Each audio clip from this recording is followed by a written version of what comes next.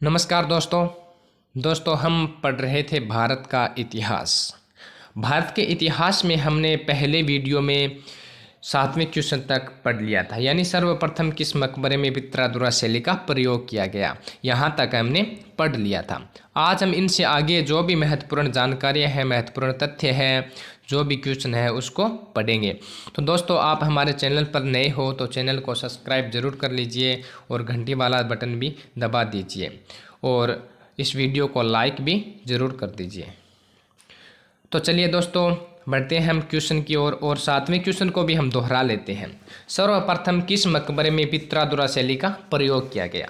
तो एतमादुद्दौला के मकबरे में सर्वप्रथम पित्रादुरा शैली का प्रयोग किया गया। एतमादुद्दौला का मकबरा आगरा में यमुना नदी के किनारे है। कहाँ पर है? यमुना नदी के किनारे। चारबाग शैली में निर्मित इस भट्टे मकबरे का निर्माण मुगल सम्राट जहांगीर की बेगम नूरजहां ने अपने पिता श्री एतमादुद्दौला की स्मृति में करवाया। इसके पिता का नाम था एतमादुल्ला और मूल नाम क्या था? मूल नाम था मिर्जा ग्यास बेग। उसकी स्मृति में इस मकबरे का निर्माण करवाया। कब? 1626 ईस्वी में इस मकबरे का निर्माण करवाया था। पित्रादुरा इस मकबरे की प्रमुख विशेषता है। जो पित्रादुरा शैली है वो इस मकबरे की प्रमुख विशेषता है। वस्तुत एतमादुल्ला का मूल नाम था मिर्जा ग्यास बेग, जो मुगल सम्राट अकबर के शासनकाल में भारत आया था। अस्मत बेगम के साथ ईरान से आया था। इसकी पत्नी का नाम था अस्मत बेगम, उसके साथ ईरान से भारत में आया था। यह मूलतः फारस की रहने वाली थी। कहाँ की रहने वाली थी? नूरजहां फारस की रहने वाली थी।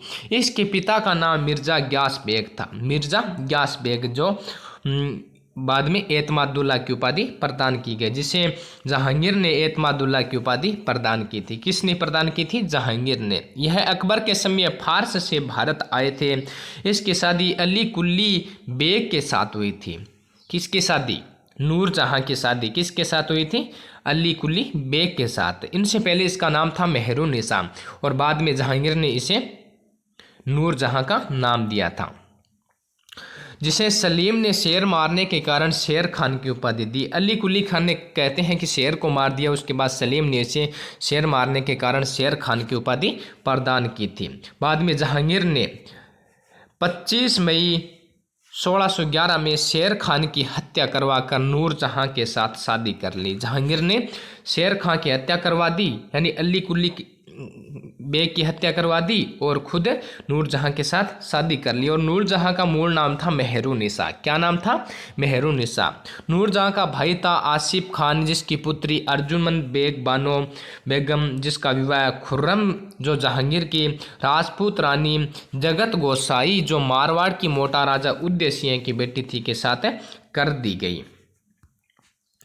नूरजहां ने अपनी पुत्री लाडली बेगम, जो शेर खान से पैदा हुई थी, की शादी शहरयार से कर दी, जो नूरजहां जुटा गुट की फूट का कारण बना था। ठीक है। मध्यकालीन इतिहास में ऐसा कोई चरित्र नहीं है जिसके साथ ही इतना रोमांच जुड़ा हुआ है। जहांगीर के शासनकाल की किसी ऐसी घटना ने इतना ध्यान आकर्षित नहीं किया जितना नूरजहां के साथ उसके हुए विवाह ने आकर्षित किया। यह कथन बेनी प्रसाद इतिहासकार का है। किसका है? बेनी प्रसाद का है। 8वां क्वेश्चन है, मुगल शासक अकबर के द्वारा जजिया कर की समाप्ति कब की गई? अकबर के द्वारा जजिया कर की समाप्ति कब की गई थी? तो 1564 के अंदर जजिया कर की समाप्ति कर दी गई थी। भारत में जजिया कर सर्वप्रथम 712 में मीर कासिम ने सिंध विजय के बाद दाहिर को पराजित करने के पश्चात लगाया था। कब लगाया था? 712 में मीर कासिम ने सिंध विजय के बाद दाहिर को पराजित करके जजिया कर लगाया था। फिरोज वह पहला शासक था जिसने ब्राह्मणों पर भी जजिया कर लगाया था। कौन था? फिरोज तुगलक वह पहला शासक था जिसने ब्राह्मणों पर भी जजिया कर लगाया था। हालांकि अकबर ने 1564 में इसे बंद कर दिया गया। मुहम्मद शाह ने 1720 में अंतिम रूप से समाप्त कर दिया। महमूद शाह ने 1720 के अंदर जजिया कर को पूर्ण रूप से समाप्त कर दिया था। बदायूनी के अनुसार अकबर ने जजिया कर 1579 को समाप्त किया था। यह अपनी एक अलग ही बात कहता है। कौन? बदायूनी। यह कहता है कि यह जजिया कर 64 के अंदर नहीं है तो 1569 के अंदर समाप्त किया था। ठीक है, तो अगला क्वेश्चन है, औरंगजेब ने साहिबात उज जमानी की उपाधि किसे प्रदान की? तो यह उपाधि किसे प्रदान की? जहां आरा को।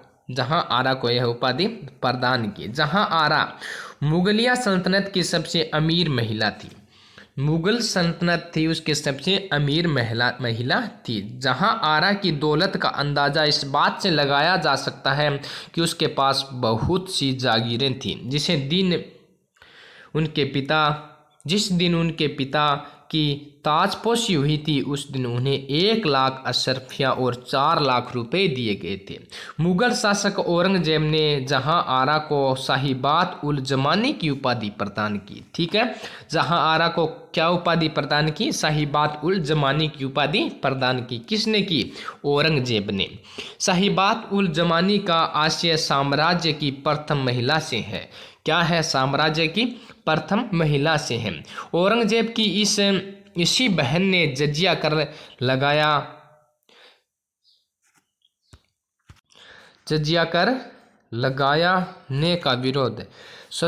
लगाने का विरोध किया था। ठीक है, यहाँ इस तथ्य को उल्लेखित करना प्रासंगिक होगा कि जब सारा जहां अपने अंतिम समय सुमन बुर्ज में व्यतीत कर रहा था तब इसी ने उनकी अंतिम समय तक सेवा की थी। 10 नंबर क्वेश्चन है, बाबर को भारत पर आक्रमण करने के लिए किसने आमंत्रित किया था? बाबर को भारत पर आक्रमण करने के लिए किसने आमंत्रित किया था? तो पंजाब के सूबेदार दौलत खान लोधी ने। किसने किया था? पंजाब के सूबेदार दौलत खान लोधी ने इसे भारत पर आक्रमण करने के लिए आमंत्रित किया था। वहीं बाबर अपनी आत्मकथा बाबरनामा जो उसकी तुर्की भाषा में लिखी थी में लिखता है कि मेवाड़ के शासक राणा सांगा ने भी उसे भारत आने के लिए आमंत्रित किया था। यह बात गलत है। वो बाबर लिखता है लेकिन यह बात गलत है, क्योंकि बाबर उसे भारत पर आने के लिए आमंत्रित क्यों करेगा? सांगा उसे भारत में बाबर को आने के लिए आमंत्रित क्यों करेगा? क्योंकि सांगा के साथ ही तो बाबर का युद्ध हुआ था।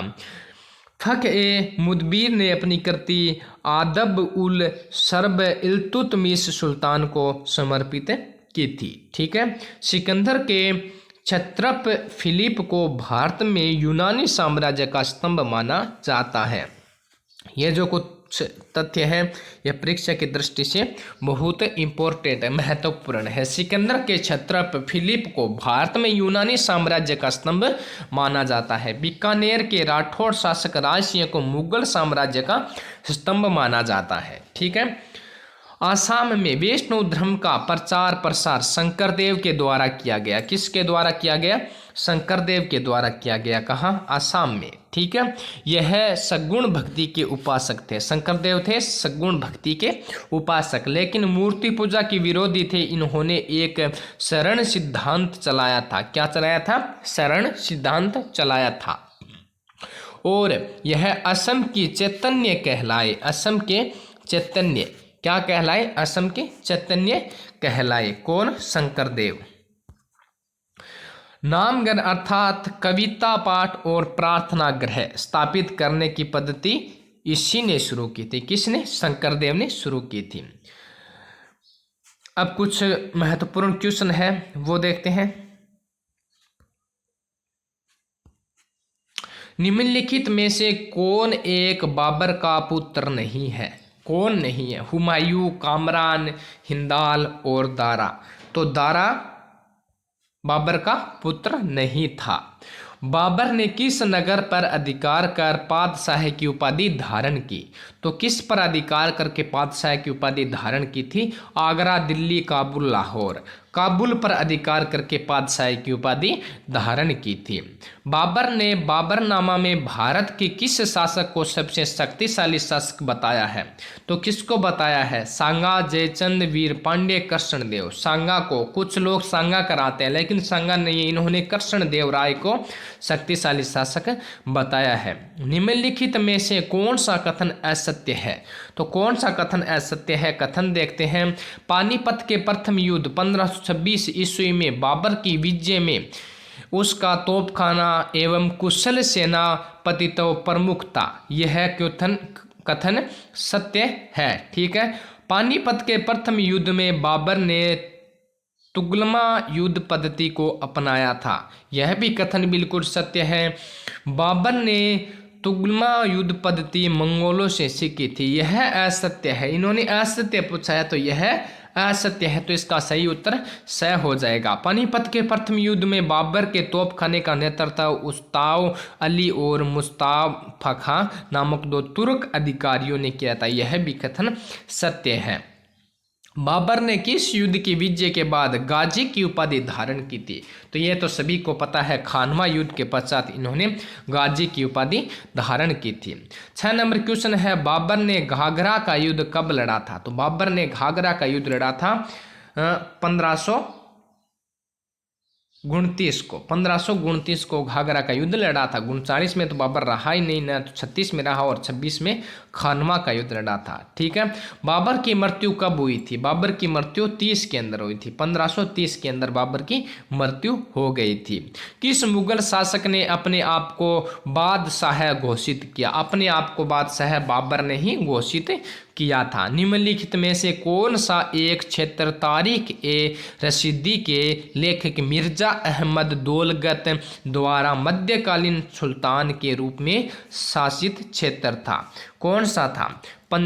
बंगाल, जौनपुर, कश्मीर और बीजापुर। तो यह था कश्मीर। कौन सा क्षेत्र था? कश्मीर। निम्नलिखित में से कौन बाबर का पुत्र था? अस्करी, हिंदाल, हुमायूं, कामरान। तो बाबर का पुत्र कौन था? इसमें कोट दिए गए हैं, तो इसमें से कौन सा कोट सही होगा? इसमें 1 और 2 ब, 1 और 4 स, 2, 3, 4 और 4 द है उपरोक्त सभी। तो बाबर के पुत्र थे उपरोक्त सभी, यानी अस्करी भी था, हुमायूं भी था, हिंदाल भी था, कामरान था, लेकिन बाबर के पश्चात शासक हुमायूं बना था। तो इसका डी ऑप्शन सही उत्तर हो जाएगा, डी, यानी उपरोक्त सभी। किस इतिहासकार ने लिखा है कि हुमायूं की असफलता का मुख्य कारण उसकी सुंदर परंतु विवेक रहित दयालुता थी? यह किस इतिहासकार ने लिखा था? तो ये इतिहासकार लेन पुल ने लिखा था। किसने लिखा था? लेन पुल ने लिखा था कि हुमायूं की असफलता का मुख्य कारण उसकी सुंदर परंतु विवेक रहित दयालुता थी। अगला क्वेश्चन है, हुमायूं को दोहरिया का युद्ध कब लड़ा था? हुमायूं ने दोहरिया का युद्ध कब लड़ा था?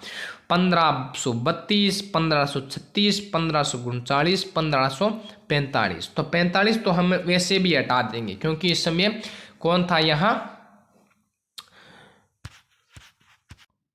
तो इसका सही उत्तर हो जाएगा 1532, ए ऑप्शन। क्या हो जाएगा? 1532। ठीक है। शेर खान ने किस, यहाँ 45 में शेर शाह सूरी का अधिकार था। शेर खान ने किस युद्ध के बाद शेर शाह की उपाधि धारण की? तो यह चौसा का युद्ध 40 के अंदर हुआ था, और हुमायूं के साथ उसके बाद 1540 के अंदर हुआ था। उसके बाद इन्होंने शेर शाह की उपाधि धारण की थी। किस युद्ध के बाद हिंदुस्तान की राजसत्ता अफगानों के हाथों में चली गई थी? तो किस युद्ध के बाद चली गई थी? बिलग्राम का युद्ध था। उसके बाद बिलग्राम के युद्ध के बाद जो यहाँ की जो हिंदुस्तान की राजसत्ता है वो अफगानों के हाथों में चली गई थी। बिलग्राम का युद्ध हुआ था 1539 के अंदर। ठीक है। कौन सा मुगल शासक हफ्ते में 7 रंग के अलग अलग कपड़े पहनते थे? कौन था? हुमायूं। हुमायूं हर दिन यानी सप्ताह में 7 रंग के कपड़े पहनते थे, हर दिन अलग रंग का कपड़ा हुमायूं पहनता था। ठीक है। निम्नलिखित में से कौन सा मुगल शासक अफीम खाने का बहुत बड़ा शौकीन था? तो वही हुमायूं ही था जो अफीम खाया करता था। बैरम खां योग्य एवं वफादार सेनापति किस मुगल शासक के कार्यकाल में था? बैरम खां हुमायूं के शासनकाल में था। कब था? हुमायूं के शासनकाल में था। ठीक है। बाद में अकबर का संरक्षक रहा था। किस शासक के लिए कहा गया है कि मैं मुट्ठी भर बाजरे के लिए हिंदुस्तान का साम्राज्य खो देता? एक मुट्ठ बाजरे के लिए हिंदुस्तान बादशाह खो देता। एक मुट्ठी भर बाजरे के लिए शेर शाह सूरी ने कहा था कि मैं एक मुट्ठी भर बाजरे के लिए हिंदुस्तान की बादशाहत खो देता। फरीद ने अपनी रक्षा एवं शक्ति के विस्तार के लिए बिहार के किस सुल्तान के यहाँ नौकरी की थी? तो बिहार के किस सुल्तान के यहाँ नौकरी की थी? तो मुहम्मद शाह नुहानी के यहाँ नौकरी की थी। ए ऑप्शन इसका सही हो जाएगा। किस शासक ने पट्टा एवं कबूलियत व्यवस्था की शुरुआत की? तो पट्टा एवं कबूलियत व्यवस्था की शुरुआत शेर शाह सूरी ने की थी। ठीक है। किसने की थी? शेर शाह सूरी ने की थी। अगला क्वेश्चन है, बंगाल के किस शासक को पराजित करके शेर शाह ने हजरत अल्लाह की उपाधि धारण की थी? हजरत अल्लाह की उपाधि नुसरत साहब ऑप्शन को पराजित करके इन्होंने हजरत आला की उपाधि धारण की थी। किस अभियान पर जब शेर शाह सूरी उक्का नामक या फिर उक्का दिया यहाँ उत्का नामक आग्नेयास्त्र चलाते समय उसी दौरान किले की दीवार से एक गोला उसके पास गिरने से उसकी मृत्यु हो गई? तो वो कालिंजर अभियान पर गया हुआ था। कहाँ पर गया हुआ था? कालिंजर अभियान पर। तो उस समय कहते हैं कि वो उत्का नामक जो आग्नेयास्त्र चला रहा था तो वो वहाँ दीवार पर गिर गया, तो दीवार उसके ऊपर आके गिर गई, उससे यहाँ पर शेर शाह सूरी की मृत्यु हो जाती है। शेर खान ने किस युद्ध के समय कहा था कि अगर भाग्य ने मेरा साथ दिया तो मैं मुगलों को एक दिन भारत से खदेड़ दूंगा? अगर भाग्य ने मेरे साथ दिया, अगर मेरा भाग्य मेरे साथ है तो मैं मुगलों को भारत से खदेड़ दूंगा। तो ये चंदेरी की युद्ध में कहा था। शेर खान ने किस युद्ध में? चंदेरी की युद्ध में कहा था। जरीबाना निम्नलिखित में से क्या था? जरीबाना सर्वेक्षण शुल्क था। क्या था? सर्वेक्षण शुल्क था जरीबाना। 25 नंबर क्वेश्चन है, निम्नलिखित में से कौन एक सही सुमेलित नहीं है? सही सुमेलित नहीं है या नहीं पर ध्यान देना है। सिकंदरा एक दैनिक दस्ता होता था और उसका कार्य परगने में शांति व्यवस्था बनाए रखना होता था। बिल्कुल सही है, परगने में शांति व्यवस्था बनाए रखना होता था। मुंसिफ दीवानी मुकदमों का निर्णय करना तथा भूमि की नाप एवं लगान की व्यवस्था करना, यह भी सही है। और सहमे है काजी सैनिक मुकदमा का निर्णय नहीं, काजी सैनिक मुकदमों का निर्णय नहीं था, काजी की उपाधि है एक। ठीक है। मुकदमा तो गांव में कानून व्यवस्था स्थापित करना, यह भी सही है, यानी स ऑप्शन इसका सही उत्तर हो जाएगा। इन्होंने सुमेलित नहीं है पूछा तो स ऑप्शन सुमेलित नहीं है। किस शासक द्वारा सुल्तान उल अदल की उपाधि धारण की थी? तो यह तो सभी को पता है, शेर शाह द्वारा सुल्तान उल अदल की उपाधि धारण की गई। निम्नलिखित में से किसने शेर शाह सूरी की सरायों को साम्राज्य रूपी धमनियाँ कहा है? यह बहुत महत्वपूर्ण क्वेश्चन है। साम्राज्य रूपी धमनियाँ किसने कहा है? तो किसने कहा है? डॉक्टर कानूनगो ने। किसने कहा है? ब ऑप्शन सही हो जाएगा, डॉक्टर कानूनगो ने कहा है कि साम्राज्य रूपी धमनियाँ है। क्या है? साम्राज्य रूपी धमनियाँ है। तो आगे हम छोटा सा टॉपिक और रह गया है मौर्य कला, इसको हम पढ़ते हैं। तो मौर्य कला भारत का सबसे प्राचीन स्तूप पीपर हवा है जो बस्ती उत्तर प्रदेश में रहती है। ठीक है। भारत का सबसे प्राचीन स्तूप पीपर हवा है जो बस्ती कहाँ? उत्तर प्रदेश में स्थित है। यह स्तूप प्राक मौर्य युगीन है। कब का है? प्राक मौर्य युगीन स्तूप है। प्राक मौर्य युगीन। इसकी चौड़ाई 22 फुट व व्यास 116 फुट है। इस स्तूप के अंदर से एक मंजूषा में बुद्ध के अवशेष रखे हुए हैं। ठीक है। भरहुत के स्तूप की खोज 1873 ईस्वी में अलेक्जेंडर कनिंघम द्वारा सतना मध्य प्रदेश, कहाँ, मध्य प्रदेश से की गई। बुद्ध के भस्मी पर स्थित इस स्तूप के लकड़ी के जंगले को शुंग शासकों ने पत्थर के जंगले में परिवर्तित किया था। ठीक है। सांची का स्तूप रायसेन मध्य प्रदेश में स्थित है। कहाँ पर है?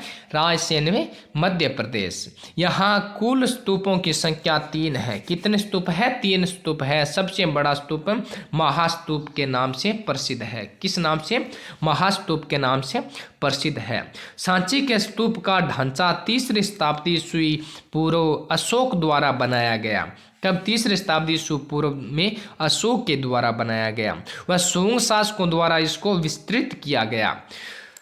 सांची के स्तूप की पक्की ईंटों की मूल संरचना पर शुंग काल में पत्थर का आवरण चढ़ाया गया। किस काल में चढ़ाया गया पत्थर का आवरण? शुंग काल में। इसके एक ओर के जंगले पर वह तोरण द्वार आंध्र सातवाहन युग में बनाया गया। कब बनाया गया? आंध्र सातवाहन युग में बनाया गया। बोध गया स्तूप कहाँ पर है? बिहार। बोध गया स्तूप बिहार में है कि नीम सम्राट अशोक द्वारा रखी गई। किसके द्वारा? सम्राट अशोक के द्वारा रखी गई। लेकिन निर्माण उत्तर मौर्य युग में कब हुआ था? बोध गया का निर्माण उत्तर मौर्य युग में पूर्ण हुआ। इस स्तूप में लगभग 30 जंगले हैं। कितने जंगले हैं? 30 जंगले हैं। अमरावती स्तूप 7 नंबर। अमरावती स्तूप आंध्र प्रदेश के गुंटूर जिले में कृष्णा नदी के दक्षिणी तट पर द्वितीय शताब्दी ईस्वी पूर्व में निर्मित किया गया। कृष्णा नदी के तट पर द्वितीय शताब्दी ईस्वी पूर्व में निर्मित किया गया। अमरावती स्तूप का प्राचीन नाम धान्यकटक क्या था? धान्यकटक था। इस स्तूप की खोज 1797 में, कब? 1797 ईस्वी में कर्नल कोलिन मैकेंजी ने की थी। किसने की थी? कर्नल कोलिन मैकेंजी ने की थी।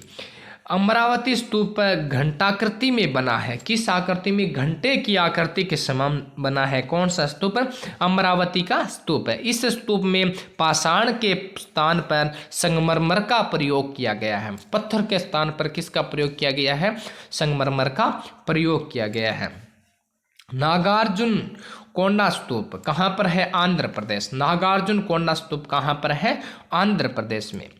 को 1926 ईस्वी में खोजा गया। कब खोजा गया? 1926 ईस्वी में, 1926 ईस्वी में खोजा गया। इसका निर्माण इक्ष्वाकु वंशीय शासकों ने किया। किसने किया? इक्ष्वाकु वंशीय शासकों ने नागार्जुन कोंडा स्तूप का निर्माण किया।